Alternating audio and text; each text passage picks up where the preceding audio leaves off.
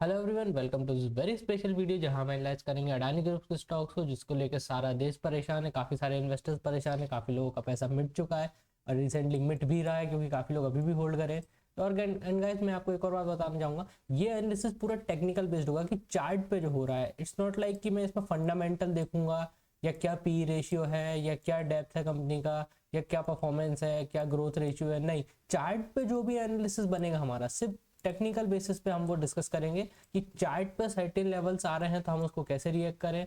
अगर इस लेवल पे बाउंस बैक मिल रहा है, मूविंग एवरेज का क्रॉसओवर हो रहा है, तो हम उसको कैसे ट्रेड करें या होल्ड करें, बाय करें या सेल करें। तो हम पहले एनालिसिस स्टार्ट करेंगे गाइस अडानी एंटरप्राइजेस से। तो गाइस रिसेंटली ये निफ्टी 50 में ऐड किया गया था और स्टॉक को, अब वही बात है गाइस कि अगर आप देखो तो आप बोलने को तो ये होगा कि कोई रिपोर्ट आई और उसकी वजह से क्रैश हो गया, बट उस रिपोर्ट में ऐसा कुछ नहीं था जो हमको या पूरे देश को ना पता हो कि कितना कर्जा है, ओवर वैल्यूड स्टॉक है, बहुत ज्यादा कर्जा है, बहुत शार्प तरीके से बहुत सीधा 90 डिग्री का मूवमेंट आ रहा है स्टॉक्स में। ऑलमोस्ट कोविड के टाइम के आसपास किया, थोड़े पहले उसके पहले 200 रुपए का स्टॉक था, 1.5-2 साल में 4,000 का हो गया। तो ये चीजें सबको मालूम थी कि एक्चुअली क्या हो रहा है, कैसे हो रहा है। बट एक क्योंकि एक्सटर्नल किसी बड़ी कंपनी ने बोल दिया कि हम इसको शॉर्ट है, हमारी पोजीशन शॉर्ट है स्टॉक्स पे और ये कंपनी पे डेब्ट बहुत है और कर्जा है और दिक्कतें हैं कंपनी पे, इस एलिगेशन के कारण एक क्रैश टाइप का देखने मिला। अपार्ट फ्रॉम दैट, अगर आप चार्ट को अगर अपन पहले वीकली टाइम फ्रेम पे एनालाइज करें तो इस वीकली टाइम फ्रेम पे अगर आप देखोगे तो स्टॉक काफी अच्छा पहले तो परफॉर्मेंस दे रहा था, क्योंकि ऑलरेडी ये काफी ज्यादा टाइट कंसोलिडेशन करके 100-200 के लेवल से उठ के 500-600 के लेवल पे आ गया था। फिर ये जैसे ही 1000 के आसपास जैसे इसने टच करा 1200-1500, फिर ये एक बहुत टाइट कंसोलिडेशन रेंज में चला गया। आप देखो, ये जरूरी होता है जब स्टॉक को भागना होता है कि एक अच्छा खासा ऑलमोस्ट 1-1.5 साल का कंसोलिडेशन ब्रेकआउट करा, एक फ्लैग टाइप का पैटर्न बनाया, फिर ब्रेकआउट करा। बट ये जो मूवमेंट आया रिसेंटली, लाइक 2000 से सीधा 4000 6-8 महीने में, ये थोड़ा सा सस्पिशियस था। ये थोड़ा ऊपर नीचे अगर प्राइस एक्शन बना के थोड़ा ऐसा जाता, ऐसा ऊपर नीचे ऐसे करके जाता तो अभी थोड़ा माना जाता। बट ये जो 90 डिग्री का ये मूवमेंट आता है, ये जनरली सस्टेन नहीं होते। फिर या तो खुद गिरते हैं या कंपनी में अर्निंग खराब आती है या कुछ गड़बड़ होती है या फिर एक्सटर्नल न्यूज जैसे किसी ने बोल दिया कि भाई अडानी फ्रॉड है, तो उसके कारण फिर ये ऐसा आपको पैनिक सेलिंग देखने मिलेगी। और सबसे बड़ा पैनिक सेलिंग का रीजन ये है कि क्योंकि गाइस इस स्टॉक पे एफएनओ होती है, तो लोगों को जैसी खबर मिली स्टॉक्स तो बेच ही रहे थे, क्योंकि एफएनओ वाले स्टॉक्स में आप इसके फ्यूचर शॉर्ट कर सकते हो, पुट ले सकते हो या कॉल शॉर्ट कर सकते हो। तो एफएनओ करके भी इस पे लोग एक्स्ट्रा प्रेशर बना रहे हैं, इसलिए और ज्यादा हमें इस पर सेलिंग प्रेशर देखने मिल रहा है। बट अगर अपन टेक्निकल्स की बात करें तो हमारे पास एक जोन है, अगर मैं आपको ध्यान से दिखाऊं, हम उस जोन को डिस्कस करते हैं। ये कंसोलिडेशन जोन था जिसके पहले मार्केट ने बहुत अच्छा ब्रेकआउट के पहले कंसोलिडेशन करा था। अगर मैं आपको कुछ प्राइस एक्शन लेवल ड्रॉ करके दिखाऊं तो आप उसको ध्यान से देखिएगा कि वापस मार्केट एग्जैक्ट उसी सपोर्ट पे आके रुक गया है। आप देखो गाइस, इसीलिए कहते हैं टेक्निकल एनालिसिस भी उतना ही जरूरी है जितना फंडामेंटल जरूरी है। तो अगर आप टेक्निकल एनालिसिस के बेसिस पे देखोगे तो मार्केट गिर रहा था, मार्केट ने सारे रिसेंट स्विंग तोड़ दिया, ये वाला स्विंग तोड़ दिया और मार्केट ने आके वापस अपना एक जो स्ट्रॉन्ग बेस बनाया था 1400 के आसपास, उसके नीचे भी गया बट क्लोजिंग ऊपर हुई है वीकली टाइम फ्रेम पे।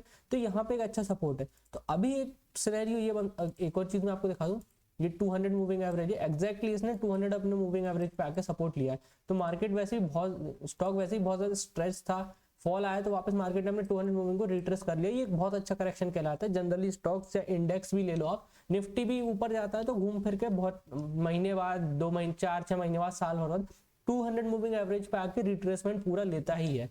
तो ये कोई बहुत बड़ी बात नहीं है, नॉर्मल है। बट जिस तरीके से अभी ये फॉल हुआ है, ये ज्यादा थोड़ा टेंशन की बात है कि लोगों को मौका ही नहीं मिला रिएक्ट करने का, लगातार स्टॉक इतना गिरता गया।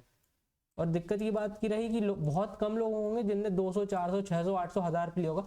मैक्सिमम लोग ऐसे हैं जिनने 2800, 2000, 500, 3000, 3500, बहुत से लोग 4000 पे भी लेके बैठे होंगे। तो उनको बहुत ज्यादा पैनिक सिनेरियो देखने मिल रहा है, क्योंकि उनका तो पूरा इन्वेस्टमेंट ऑलमोस्ट काफी ज्यादा 40-50% नेगेटिव में आ गया है।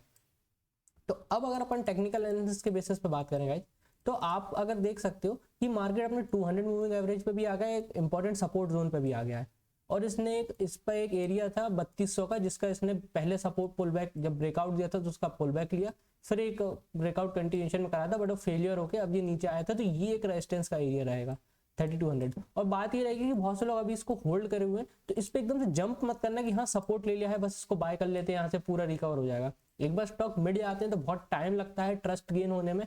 इसको ऐसा कुछ कंसोलिडेशन करना पड़ेगा 2-3 महीने का, जहां पे एक्यूमुलेशन फेज बन जाए कि हाँ बायर्स ने अपनी पोजीशन स्ट्रॉन्ग कर ली है, कुछ लोग इंटरेस्टेड हैं इसको बाय करने में, इंस्टीट्यूशन सेलर लोग एग्जिट कर रहे हैं, बट बायर्स अपनी पोजीशन उसको कंज्यूम करके ऐड कर रहे हैं, और फिर ऐसे किसी पैटर्न का ब्रेकआउट आएगा, असेंडिंग ट्रायंगल कुछ ऐसा बन जाए, यहाँ पे डब्ल्यू पैटर्न बन जाए यहाँ पे वीकली टाइम फ्रेम पे, फिर वो आएगा तब आप उसको बाय कर सकते हैं। और क्योंकि ये बहुत बड़ा ब्रेकडाउन हुआ है, बहुत बड़ा क्रैक आया है, तो जैसे ही ऊपर जाएगा तो आप जनरली जो सोचते हैं कि सेल ऑन राइज का मार्केट होता है, जितने भी लोग यहाँ पे कहीं पे होल्ड करे होंगे वो काफी ज्यादा लॉस में होंगे, जैसे इनको थोड़ा हाई लेवल मिलेगा इमीडिएटली सेल करने आ जाएंगे, तो हो सकता है और ज्यादा शार्प सेलिंग हमें इसमें देखने मिले।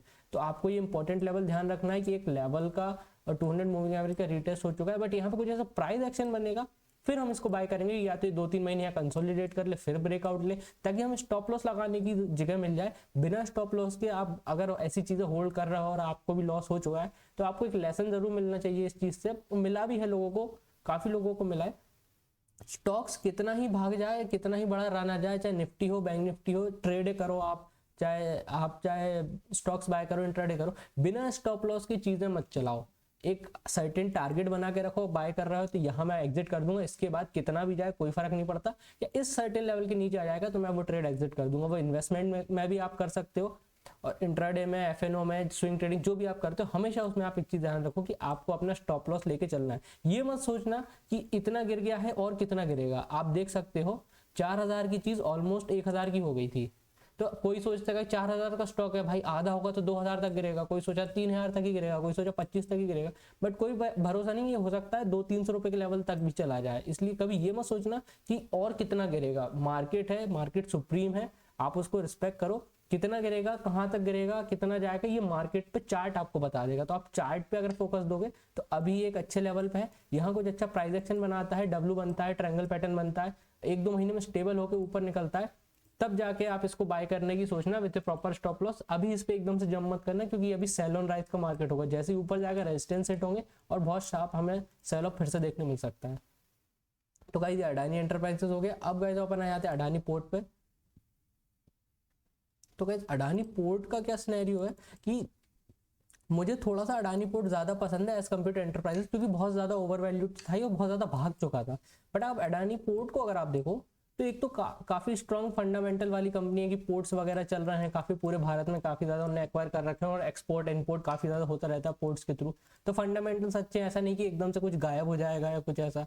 अगर आप इसको ध्यान से देखो तो पहले ये काफी ज्यादा साइडवेज था, मतलब 2016, 17, 18, 19, 20 अगर आप ये देखो एक साइडवेज रेंज में था, कोई बहुत बड़ा मूवमेंट नहीं आया। बट कोविड के क्रैश के बाद आप देखो एकदम से एक 200 मूविंग एवरेज का ब्रेकआउट आया, पहले मल्टीपल टाइम यहाँ सपोर्ट लेता रहा।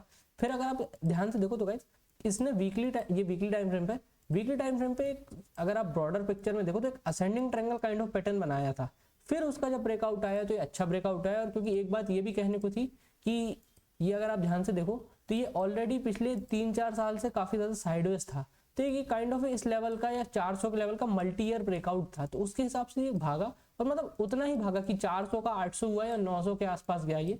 तो कोई बहुत ज्यादा ऐसा नहीं कि अडानी एंटरप्राइजेस चीज 400 रुपए की चीज 4000 हो गई, तो वो बहुत ज्यादा था, इसलिए उसमें इतना ज्यादा करेक्शन देखने मिल रहा है। अगर इसमें अगर आप देखो अडानी एंटरप्राइजेस सीधा सीधा भागता गया, इसने एक बार जो ब्रेकआउट दिया अपना उस ट्रायंगल पैटर्न के ब्रेकआउट के बाद ये वापस फिर से एक साइडवेज रेंज में चला गया। कोई ऐसा नहीं कि भागता गया 2000-3000 का हो गया, ये फिर से अभी काफी ज्यादा रेंज में साइडवेज था, ऊपर हराज के आसपास रेजिस्टेंस फेस कर रहा है, नीचे काफी अच्छा वैल्यू जोन था इन्वेस्टमेंट का, जहाँ पे काफी ज्यादा बाइंग देखने मिल रही थी, 650 मान लो या 680 का लेवल मान लो। आप देख सकते हो मल्टीपल टाइम इस लेवल पे मार्केट को काफी ज्यादा सपोर्ट मिला, बट अभी क्योंकि न्यूज आई तो फिर इसने ब्रेक डाउन दिया है, तो इसमें भी थोड़ा शार्प फॉल देखने मिला है। और इसने अपने 200 मूविंग एवरेज पे लास्ट वीक थोड़ा सा सपोर्ट लेने की कोशिश करी थी, बट इसका भी इसको ब्रेकडाउन देखने मिला। तो अब आप इसको क्या कर सकते हो कि क्योंकि गाइस ये अपने अगर मैं आपको एक और प्राइस एक्शन दिखाऊं तो जो एक ब्रेकआउट का लेवल था जो अपन बात कर रहे थे कि मल्टी ईयर का इसने ब्रेकआउट दिया था, आप देखो सेम लेवल के आसपास से इसने आके फिर से सपोर्ट लिया है 400 के आसपास से। तो अब आपको देखना है कि ये यहाँ क्या प्राइस एक्शन फॉर्म कर रहा है डेली टाइम फ्रेम पे। अभी तो अपन वीकली पे डिस्कस कर रहे हैं क्योंकि वीकली अभी क्लोज हुआ है तो ज्यादा बेटर व्यू मिल जाएगा अपन को बड़े टाइम फ्रेम पे। अगर इसने अच्छा सपोर्ट किया और यहाँ ये कुछ ऐसा प्राइस एक्शन बना के फिर यहाँ ऊपर निकलता है एटलीस्ट 1-1.5 महीने के बाद स्टेबल हो गए, तो ये एक अच्छा वैल्यू इन्वेस्टमेंट एरिया होगा क्योंकि काफी अच्छा स्टॉक है, इसके फंडामेंटल्स भी काफी अच्छे हैं। और एक और बात गाइस, अगर आपको फंडामेंटल डेडिकेटेड एक स्पेशल वीडियो चाहिए जहां पे मैं एग्जैक्ट पूरे के पूरे फंडामेंटल डिस्कस करके बताऊं उस पर टेक्निकल्स भी डिस्कस कर लेंगे। तो इस वीडियो पे मुझे 30 लाइक्स चाहिए गाइज। अगर आप इस वीडियो पे 30 लाइक्स कर देते तो मैं आपको डिटेल फंडामेंटल एनालिसिस कैसे करते हैं वो मैं आपको एक डेडिकेटेड वीडियो में दूंगा। ऐसा नहीं कि सिर्फ पी रेशियो बता दिया, एक्चुअली में कैसे पता लगाएं कि कंपनी में क्या चल रहा है, क्या सही है, क्या गलत है, क्या अर्निंग आ रही है, क्या इंपैक्ट है, कैसे क्या पूरा फंडामेंटल एनालिसिस मैं आपको दूंगा। मुझे 30 लाइक्स चाहिए इस वीडियो पे, और आप कमेंट करके भी बताइए एनालिसिस आपको कैसा लग रहा है। तो गाइस अडानी पोर्ट का अगर ये यहाँ पे सपोर्ट ले लेता है, जो अपना ब्रेकआउट एरिया था 400 के आसपास का, और यहाँ पे डब्ल्यू पैटर्न बना के, ट्रायंगल पैटर्न बना के ब्रेकआउट देता है, और ये 200 मूविंग एवरेज क्योंकि थोड़ा ऐसा नीचे को आने लगेगा, तो ये जब 200 के ऊपर आने लगे तब फिर आप इसको बाय कर सकते हो। और फिर आपका स्टॉप लॉस कहीं इन्वेस्टमेंट के लेवल के हिसाब से 400 के नीचे के लेवल पे होना चाहिए, रिसेंट जो स्विंग रहे। तो अडानी पोर्ट का भी हमने डिस्कस कर लिया गाइस। अब अडानी ग्रीन पे जाते हैं गाइस। तो अडानी ग्रीन के साथ गाइस दिक्कत क्या थी कि ये भी एकदम से एक बहुत शार्प मूव के साथ बहुत तेजी से भाग गया था।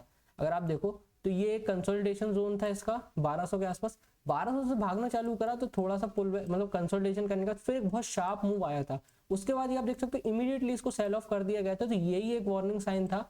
मतलब ये तो अभी का रिसेंट का प्राइस एक्शन है, बट इसमें ऑलरेडी एक रिसेंट प्राइस एक्शन शो कर चुका था कि भाई बहुत ज्यादा भाग चुका है स्टॉक। इमीडिएट आप देख सकते हो, और भी जैसे ऐसा कंसोलिडेशन करा था इसने, फिर से यहाँ कंसोलिडेशन करा, बट इमीडिएट रिवर्सल देखने मिला। और उसके बाद अगर आप ध्यान से देखो तो ये तो वैसे भी एक डिसेंडिंग ट्रायंगल पैटर्न बना रहा था, बट बुकिश पैटर्न तो नहीं बोल सकते आप, बट अगर आपको मैं ब्रॉडर पिक्चर में दिखाऊं तो ये तो वैसे भी एक डिसेंडिंग ट्रायंगल पैटर्न दिखा रहा था। तो अगर इसमें न्यूज भी नहीं होती तो इसकी हाई प्रोबेबिलिटी थी कि ये नीचे तोड़ देता। तो हालांकि इसने तोड़ दिया, ये अपने 200 मूविंग एवरेज के नीचे भी क्लोज कर चुका है। तो अब हमें देखना पड़ेगा कि आगे कैसे रिएक्ट करता है। और इस पे जो सपोर्ट एरिया की बात थी गाइस, वो मैं कहता हूँ तो ये जो जोन, ये एक लेवल था वापस अपने 1100 या 1000 के आसपास का, जहाँ पे मार्केट पहले भी 2 बार सपोर्ट लेके ऊपर भाग चुका है, वापस उसी लेवल पे आ गया। तो अगर यहाँ स्टेबलाइज होकर 1-2 महीने बाद यहाँ से ऊपर निकलना चालू करता है तो एक अच्छा बाइंग जोन रहेगा, और आपके स्टॉप लॉस स्विंग के नीचे कहीं होने चाहिए। तो गाइस मैंने आपको ये अडानी ग्रीन का बता दिया है, क्योंकि फ्यूचर के लिए काफी अच्छा स्टॉक है। ग्रीन एनर्जी, हाइड्रोजन एनर्जी काफी चल रहा है, हाइड्रोजन ट्रेन भी लॉन्च होने वाली है थोड़े टाइम बाद, तो ये सेक्टर काफी अच्छा परफॉर्म कर सकता है। तो बट आप इस पे वेट करो, इमीडिएट बाय के लिए मत कूदना, प्राइस एक्शन बन जाएगा तब अपन इसको बाय करने का सोचेंगे। गाइस अब अपन आ जाते हैं अडानी पावर पे। गाइस ये एक स्टॉक ऐसा था कि जो पावर सेक्टर काफी अच्छा कर रहा था, और इसमें काफी अच्छा मूवमेंट आया था, और ये पहले से बहुत ज्यादा साइडवेज था। अगर आप देखो, मैं आपको इसके पीछे का वीकली टाइम फ्रेम का चार्ट दिखाऊं तो ये जनरली गाइस अगर आप देखोगे तो 2016 से 2020 तक बिल्कुल साइडवेज था। मतलब ना 100 रुपए का लेवल क्रॉस कर रहा था, ना नीचे बहुत ज्यादा कहीं जा रहा था, काफी ज्यादा साइडवेज था। तो ऐसे स्टॉक जो मल्टी ईयर ब्रेकआउट देते हैं, इनमें मूवमेंट आना थोड़ा समझ में आता है। तो इसके लिए ये अभी उस हिसाब से तो ठीक था। बट रिसेंटली अगर आप इसको देखो तो इसने भी यही, जैसे हाँ ये एक अच्छा एग्जाम्पल है। तो ये एग्जाम्पल है 2020 का कोविड का।